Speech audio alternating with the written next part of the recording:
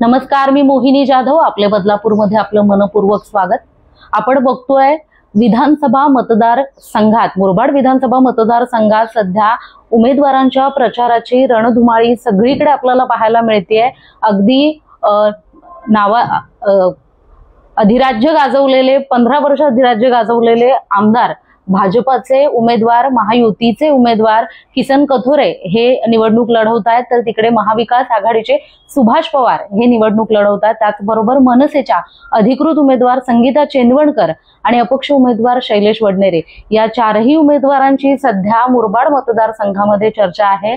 मात्र या सगळ्या पार्श्वभूमीवर आपण बघतोय महायुतीमध्ये कुठेतरी काहीतरी तिढा निर्माण झाल्याची स्थिती निर्माण झाल्यासारखी वाटते. महायुतीचा जो मित्र पक्ष आहे शिवसेना हा कुठेतरी अलिप्त राहिलेला दिसतोय या सगळ्या प्रचाराच्या सगळ्या प्रक्रियेमध्ये.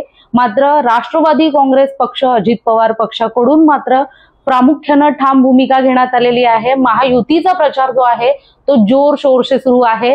राष्ट्रवादी काँग्रेस पक्षाचे प्रदेश सरचिटणीस कॅप्टन आशिष दामले आपल्या सोबत आहेत आणि ते स्वतः या प्रचारामध्ये उतरलेले आहेत आणि त्यांनी नुकतंच 60,000 मताधिक्यांनी किसन कथोरे हे निवडून येतील अशा प्रकारचा दावा केलेला आहे. आपल्या सोबत ते आहेत, आपण त्यांच्याशी चर्चा करूयात. सर्वप्रथम तुमचं स्वागत आपल्या बदलापूरमध्ये. काय सांगाल, निवडणुकीच्या पार्श्वभूमीवर ही सगळी स्थिती आपण बघतोय, महायुतीमध्ये कुठेतरी एक प्रकारची खिंडार पडल्यासारखं दिसतंय. मुरबाड मतदारसंघामध्ये अलिप्त राहिलेला पक्ष आहे मित्र पक्ष शिवसेना शिंदे गट, आणि एकीकडे राष्ट्रवादी काँग्रेस पक्ष मात्र कुठल्याही प्रकारे एकदम मजबूतीनं त्यांच्या बाजूने उभा आहे. तुमची भूमिका काय? मला सर्वप्रथम आपल्याला स्पष्ट सांगतो की त्या ठिकाणी महायुती ही भक्कमपणे किसन कथोरे यांच्या सोबत आहे. काही ठिकाणी अनेक मतदारसंघात काही जे कार्यकर्ते असतात त्यांचे वैयक्तिक संबंध इतर पक्षाच्या त्या ठिकाणी उमेदवारांसोबत असतात, परंतु आपण कालचं जर उदाहरण पाहिलं तर माननीय मुख्यमंत्री महोदय जेव्हा अंबरनाथला आले होते तेव्हा जाहीरपणे त्यांनी सांगितलं की बदलापूरच्या सगळ्या मतदारांनी किसन कथोरे यांना भरघोस मतांनी त्या ठिकाणी निवडून द्या. आणि त्याच्यामुळे मला वाटतं जेव्हा एखादा नेता, मग तो तिन्ही पक्षातला नेता असला, त्यांनी एकदा सांगितल्यानंतर कार्यकर्ते हे जोमाने कामाला लागतात. ज्या पद्धतीने आम्हाला उमेदवारी जाहीर झाल्यानंतरच अजितदादांचा फोन आला होता आणि त्यांनी सांगितलं की आपल्याला पूर्ण ताकदीने किसन कथोरे यांचं काम करायचंय, त्याच्यानंतर आमच्या कोणत्याच कार्यकर्त्यांमध्ये किंतु परंतुची भावना नाहीये. त्याच्यामुळे त्याच पद्धतीने शिवसेना असेल, हे सगळे शिवसेनेचे कार्यकर्ते सन्माननीय त्या ठिकाणी एकनाथ शिंदे साहेब हे त्यांच्यासाठी दैवत आहे आणि ते त्या पद्धतीने सगळेजण एक दिलाने काम करतील. काही ठिकाणी ही वस्तुस्थिती आहे की वैयक्तिक काही लोकांचं त्या ठिकाणी काही संबंध असल्यामुळे त्या ठिकाणी कमी प्रमाणात काम करतायत, पण मला वाटतं आता निवडणुकीसाठी अजून 4-5 दिवस प्रचाराचे आहेत, त्याच्यामध्ये ही ताकद दिसून येईल आणि मोठ्या फरकाने त्या ठिकाणी किसन कथोरे यावेळेस निवडून पुन्हा येतील. या सगळ्या नाराजीचा फटका कुठेतरी उमेदवाराला बसेल असं वाटत नाही का? नाही, मला अशी कोणतीच शंका त्या ठिकाणी वाटत नाही. मुळात म्हणजे जो प्रतिस्पर्धी उमेदवार आहे त्याला बदलापूरने कधी पाहिलेलं नाहीये. आपण जर आज पाहिलं तर ठीक आहे, त्या ठिकाणी आज रेल्वे स्टेशनवर प्रचारासाठी गेले आणि अगदी वाजत गाजत त्या ठिकाणी रेल्वे प्लॅटफॉर्मवर बदलापूरकरांचे प्रश्न काय आहेत, ते सकाळी आपल्याला कशी वेळेत गाडी मिळेल, आपल्याला रेल्वेच्या ट्रेन कशा वाढवता येतील, आपल्याला ऑफिसमध्ये काय काम आहे, आणि या सगळ्या विचारात आपल्या घरचा डब्बा आपण बनवलाय की नाही, या सगळ्या विचारात असताना त्या ठिकाणी घाई गडबडीत असताना कुठेतरी कार्यकर्ते वाजत गाजत नेऊन त्यांचे ही चेष्टा केल्यासारखं त्या ठिकाणी प्रयत्न आहे. आणि मला वाटतं की यायचं होतं तर ह्याच्या आधी सुद्धा मागच्या काळामध्ये दिसायला हवं होतं. 1 महिन्याआधी बदलापूरमध्ये येऊन त्या ठिकाणी दिसायचं. आणि माझा दावा आहे, मी स्पष्टपणे बदलापूरचे नागरिक हे सुज्ञ आहेत, मी दाव्यानिशी आणि अत्यंत जबाबदारीपूर्वक सांगतो की ह्याच्या पुढच्या काळात ही निवडणूक 20 तारखेला संपली की 21 तारखेपासून हे समोरचे उमेदवार जे आहेत ते त्या ठिकाणी कुठे, तुम्ही रेल्वे स्टेशन तर सोडा, बारवी डॅमची हद्द ओलांडताना सुद्धा तुम्हाला भविष्यात लोकांचे प्रश्न सोडवण्यासाठी त्या ठिकाणी दिसणार नाही, असा माझा दावा आहे. खूप मोठा दावा या ठिकाणी कॅप्टन आशिष दामले यांनी केलेला आहे. महाविकास आघाडीचे उमेदवार सुभाष पवार हे 20 तारखेला मतदान झाल्यानंतर अगदी बारवी डॅमची जी मर्यादा आहे ती ओलांडून देखील बदलापुरात कुठे दिसणार नाहीत, अशा प्रकारचं वक्तव्य त्यांनी या ठिकाणी केलेलं आहे. आपण बघतोय सध्या ही प्रचाराची रणधुमाळी खूप पुढच्या स्तरावर गेलेली आहे. शेवटचे 4 दिवस शिल्लक आहेत आणि या दरम्यान प्रचार जो आहे तो मोठ्या प्रमाणात होतोय. कुठेतरी या सगळ्या ह्याच्यामध्ये राष्ट्रवादी काँग्रेस पक्षाकडून कशा प्रकारची भूमिका आहे, कशा प्रकारचा प्रचार सुरू आहे आणि कसा प्रतिसाद मिळतोय? फार उत्तम प्रतिसाद आहे. आम्ही म्हणजे मी स्वतः अनेक ठिकाणी यावेळेस प्रचारासाठी फिरलेलो आहे आणि अगदी डोर टू डोर म्हणजे लोकांच्या घरापर्यंत जाऊन मी स्वतः प्रचार करतोय. आमचे शहर अध्यक्ष असतील, प्रभाकर पाटील त्या ठिकाणी प्रचार करतायत, प्रियांका दामले असतील, या महिलांमध्ये प्रचार करतायत आणि एकंदरच तरुण असतील, ज्येष्ठ नागरिक असतील, महिला असतील, शेतकरी बांधव असतील, या सर्वांमध्येच कथोरे साहेब हे आपलंसं वाटणारं नेतृत्व आहे. आपल्या सुखादुःखात येणारे, आपल्या सोसायटीच्या काही अडीअडचणी असतील तर त्यावेळेस उभं राहणारं असं नेतृत्व आहे. ओळखणारी लोक आहेत, त्यांना सारखं भेटीगाठी घेणारी लोक आहेत आणि साहजिक गोष्ट जी मी मगाशी दावा केला त्याच्या मागे एक कारण सुद्धा आहे. बदलापूरची लोक काही उद्या एखादं काम लागलं की 1-1.5 तास प्रवास करून त्या ठिकाणी मुरबाडला तिथला आमदार असला तर भेटायला काही जाणार नाहीत. आणि मुळात आता जनगणना म्हणजे कोविडमुळे जी जनगणना झाली नाही ती आता कधीही पुढच्या काही महिन्यांमध्ये ती जनगणना होईल आणि जनगणना झाल्यानंतर निश्चितपणे मुरबाड वेगळा होणार आहे आणि बदलापूर वेगळा होईल. अशा परिस्थितीमध्ये तिथला स्थानिक उमेदवार पुढची निवडणूक तिथे लढवायची, यामुळे साहजिक आहे तो तिथेच लक्ष घालणार, तो बदलापूरला फिरकेल कशाला.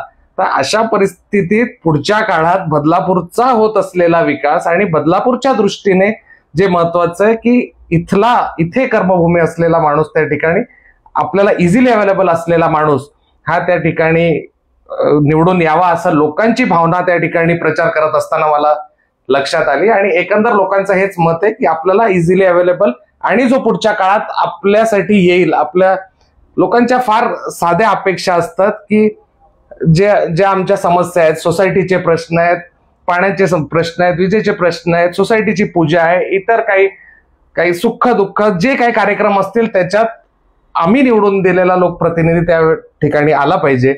तर त्या परिस्थितीत तो येईल असा हक्काचा माणूस किसन कथोरे यांच्याकडे पाहिलं जातं. आणि मी मगाशी सांगितल्याप्रमाणे बदलापूरचे नागरिक अत्यंत सुज्ञ आहेत. आपल्याकडे सर्वांनाच माहितीये की एक कल्चर होतं की एखादा वॉर्ड त्या ठिकाणी राखीव झाला, नगरपालिकेला एसटी झाला किंवा काय, की आपण त्या समाजाचा किंवा त्या घटकाचा एखादा अनेक वेळी मागच्या काळामध्ये डमी उमेदवार उभा करतो. अशा पद्धतीचं चित्र आपण नगरपालिकेला पाहिलेलं आहे. परंतु आता विधानसभेला सुद्धा जर एखादा डमी उमेदवार उभा राहत असेल तर मला वाटतं ही अत्यंत दुर्दैवी गोष्ट आहे. कारण साधारणपणे आपण पत्रकारांना माहितीये, आज प्रचार सभा असो किंवा त्या ठिकाणी प्रचार यंत्रणा असो, ती या डमी उमेदवारांसाठी कोण करतंय हे सगळ्यांना माहिती आहे. त्याच्यामुळे आपल्याला एक डमी उमेदवार हवाय जो दुसऱ्यांच्या रिमोट कंट्रोलवर काम करेल, की खऱ्या अर्थाने लोकांचे प्रश्न सोडवण्यासाठी आणि लोकांसाठी धावून जाणारा उमेदवार पाहिजे. ही बदलापूरकरांनी विचार करण्यासारखी गोष्ट आहे. अगदी आपण बघतोय की मुरबाड मतदारसंघात 4 उमेदवारांची सध्या चर्चा सुरू आहे. त्यामध्ये जसं किसन कथोरे असतील, महायुतीचे उमेदवार, महाविकास आघाडीचे उमेदवार सुभाष पवार यांच्यासह मनसेच्या अधिकृत उमेदवार संगीता चेंदवणकर आणि त्याचबरोबर अपक्ष उमेदवार जे आहेत ते शैलेश वडनेरे हे देखील उभे आहेत. या दोन्ही अपक्ष आणि मनसेच्या उमेदवारांमुळे कुठेतरी कथोरे यांच्या मतांवरती काही प्रभाव पडेल असं वाटतं का? नाही, मला वाटत नाही असा कोणताही फरक त्या ठिकाणी पडेल. जी मुख्य लढत आहे ती किसन कथोरे, तीही म्हणजे फार अंतर त्यांच्या मताधिक्यामध्ये असणार आहे. जसं मी सांगितलं की 60,000पेक्षा जास्त मतांनी कथोरे साहेब हे निवडून येतील. त्याच्यामुळे इतर घटकांचा काही फारसा फरक पडेल असं वाटत नाही. आणि प्रचारादरम्यान फिरत असताना मी अनेक ठिकाणी म्हणजे बेलवली परिसर असेल, कात्रप असेल, गांधी चौकातल्या बदलापूरच्या मध्य भागी असलेलं गांधी चौक तिथपासून ते खरवईपर्यंत म्हणजे 4ही कोपरे बदलापूरचे आपण पाहिले तर सर्व घटकांमध्ये कथोरे साहेबांना यावेळेस निवडून द्यायचं आणि जे मंत्रिपदाचं स्वप्न हे बदलापूरचं राहिलेलं आहे गेल्या अनेक वर्षापासून, ते स्वप्न यावेळेस निश्चितपणे पूर्ण होईल. महायुतीच्या माध्यमातून किसन कथोरे यांना त्या ठिकाणी विधानसभेची जागा, त्या ठिकाणी विधान परिषदेची एक जागा ही बदलापूरला मिळाली. माझ्या रूपाने महामंडळाचे त्या ठिकाणी एक स्वप्न आणि पुढच्या काळामध्ये मंत्रिपद देखील किसन कथोरे यांच्या रूपातून या मतदारसंघाला मिळेल. आणि जी काही राहिलेली कामं आहेत ती निश्चितपणे पुढच्या 5 वर्ष नाही तर पुढचं ताबडतोब, लोकांना हल्ली इन्स्टंट कामं हवीत. एक घाव दोन तुकडे त्या ठिकाणी कामाचे झाले पाहिजेत, प्रश्नांचे झाले पाहिजेत आणि तशा दृष्टीने पुढच्या 2 वर्षातच ही कामं मार्गी लावण्याच्या दृष्टीने ते काम करतील असा मला विश्वास आहे. कुठेतरी विरोधातून प्रचार होतोय आणि सांगितलं जात आहे की रस्त्यांशिवाय 15 वर्षात किसन कथोरे यांनी कुठल्याही प्रकारची कामं ही मतदारसंघात केलेली नाहीयेत. अगदी मूलभूत सुविधा म्हणायला गेलं तर वीज, पाणी, आरोग्य या बाबतीत कुठेतरी कथोरे मागे पडलेत असं विरोधकांकडून प्रचार होतोय. या बाबतीत मित्रपक्ष म्हणून तुम्हाला काय वाटतंय? अशी कुठलीही गोष्ट खरी नाहीये. जर आपण पाहिलं तर ही गोष्ट खरी आहे की बदलापूरच्या डेव्हलपमेंट जशी होत गेली, म्हणजे फास्टेस्ट डेव्हलपिंग सिटी जर या MMR मध्ये कुठली असेल तर ती बदलापूर आहे. आणि अशी डेव्हलपमेंट जेव्हा मोठ्या संख्येत त्या ठिकाणी लोक राहायला येतात, आता एखाद्या प्रभागातच बघितलं तर ज्या प्रभागात आधी 3000-4000 लोक होती तिथे आता 12,000 ने 15,000 लोक झालेत. तर एवढं सॅच्युरेशन त्या ठिकाणी लोकांचं झालेलं आहे. आणि अशा वेळेला जेव्हा झपाट्याने पॉप्युलेशन इन्क्रीज होत असतं तेव्हा पायाभूत सुविधांवर त्या ठिकाणी तणाव येतोच. परंतु अशा परिस्थितीमध्ये जर सगळे रस्ते असतील बदलापूर, काल अगदी मुख्यमंत्र्यांनी सुद्धा त्याचं कौतुक केलं की बदलापूरमध्ये जे रस्ते आहेत ते फार चांगले आहेत. रस्ते असतील, नाट्यगृहासाठी त्यांना स्वतःहून मागणी केलेली आहे. महायुती सरकारच्या माध्यमातून जेवढं काही करता येईल, म्हणजे अनेक योजना असेल, आता लाडकी बहीण योजनेसारखी योजना, मला अभिमान या गोष्टीचा आहे की फक्त माझ्या कार्यालयातून त्या ठिकाणी 5,000 पेक्षा जास्त महिलांचे फॉर्म भरले गेले आणि त्या भगिनींनी त्यांना मेसेज आल्यानंतर आवर्जून भेटून सांगितलं की हे बघा मला मेसेज आलाय, माझ्या खात्यावर पैसे आले. तर महायुती सरकारच्या माध्यमातून अनेक कामं त्यातून असेल, विधान परिषदेच्या एक जागेच्या माध्यमातून असेल आणि निश्चितपणे मंत्रिपद मिळाल्यानंतर जी काही कामं त्या ठिकाणी राहिलेली आहेत, कारण आमचं सगळ्यांचं पण एक स्वप्न आहे की आपल्या शहरामध्ये एक भलं मोठं त्या ठिकाणी महिलांच्या बचत गटांचं जाळं निर्माण, नवीन एअरपोर्ट असेल, ही बदलापूरची जेवढी चांगली झालेली आहे त्याच्यामुळे पुढच्या काळात अजून बदलापूरचं नाव हे महाराष्ट्रात त्या ठिकाणी होणार आहे. आणि निश्चितपणे ज्या काही राहिलेले जे प्रश्न आहेत ते पुढच्या काळात नक्कीच सुटतील.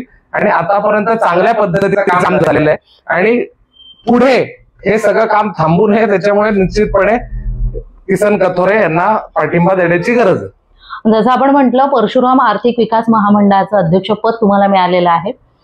जेव्हा हे विकास महामंडळ जेव्हा स्थापण्यात आलं त्यावेळेला असं म्हटलं जातं की भाजपाकडे ब्राह्मण हा समाज भाजपाची एक ही आहे जमेची बाजू, तर हे विकास महामंडळ भाजपाकडे जायला हवं होतं असं म्हणत होते आणि ते राष्ट्रवादीकडे आलेलं आहे. जो राष्ट्रवादी पक्ष जो खऱ्या अर्थानं ज्यांचं आपण म्हणू शकतो की मराठा समाजावर ज्यांचं हे आहे, तर कुठेतरी मराठा ब्राह्मण समाज जो आर्थिकदृष्ट्या सधन समजला जातो त्यांना या सगळ्या ह्याची गरज आहे का, किंवा मतदानाच्या किंवा निवडणुकीच्या पार्श्वभूमीवर हे मंडळ स्थापण्यात आले असं वाटतं का? नाही, नक्कीच. बघा, एखादी गोष्ट हल्ली झाल्या असं की एखादं पर्स्पेक्टिव्ह हे बनवणं खूप सोपं झालेलं आहे आणि विरोधकांना झालंय असं की कमी वेळात मला ज्या काही माझ्या कामाच्या माध्यमातून जे काही सक्सेस मिळालंय किंवा ज्या पदांपर्यंत मी पोहोचू शकलो ते काय सगळ्यांनाच आवडतं अशातली गोष्ट नाही. परंतु भाजप ऍज अ इंडिव्हिज्युअल म्हणण्यापेक्षा मगाशी पण मी इथला उल्लेख करत असताना म्हटलं की Mahayuti as a all together असा हा त्या ठिकाणी महायुती म्हणून आहे. आणि त्याच्यामुळे एखादं महामंडळ घटक पक्षाकडे आलं तर त्यात चुकीचं काही नाही, फक्त त्याच्या मागची भावना ही असली पाहिजे की तो माणूस त्या पदाला न्याय देईल की नाही, तो जे पद त्याला दिलं गेलंय त्याच्यात मनापासून काम करून जे ते महामंडळ स्थापन करण्याचा उद्देश आहे तो जर पूर्ण होत असेल तर मला वाटतं शेवटी त्या समाजाला तेच अपेक्षित आहे की कोणीही असलं तरी त्यांनी शेवटच्या घटकापर्यंत पोहोचून त्या पदाला न्याय दिला पाहिजे. आणि ते मला वाटतं तिन्ही पक्षांच्या नेत्यांमध्ये विजन आहे आणि त्यांना त्या दृष्टीमुळे मी त्या पदाला न्याय देऊ शकेन असं वाटल्यानंतरच त्या ठिकाणी ती निवड झाली. आणि सध्याच्या परिस्थितीत कुठलाही पक्ष किंवा कुठलाही स्टॅम्प हा कुठल्या समाजावर कुठल्या पक्षाचा नाहीये. मूळ हेतू हा आहे की सामाजिक सलोखा हा प्रत्येक त्या ठिकाणी समाजात राहिला पाहिजे. आणि मी म्हणजे ऍज अ इंडिव्हिज्युअल तुम्ही म्हटलात ब्राह्मण म्हणून पद दिलं गेलं असलं तरी मी स्वतः, माझे वडील ब्राह्मण, माझी आई गुजराती, माझी बायको मराठा आणि मला त्या ठिकाणी निवडून देणारे मायबाप जनता ही 80% बौद्ध समाजाची.